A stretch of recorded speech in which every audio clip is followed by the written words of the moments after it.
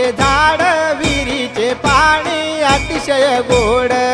देवी माता स्वयंभू मूर्ती सकाळ संध्याकाळ करीन आरती धबधब्याखाली आंघोळीला जाती सूर्याचे किरण अंगावर येती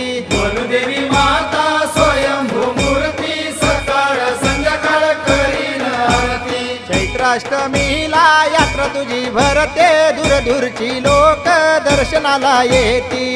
देवी माता स्वयंभू मूर्ती सकाळ संध्याकाळ करीन आरती साडीचे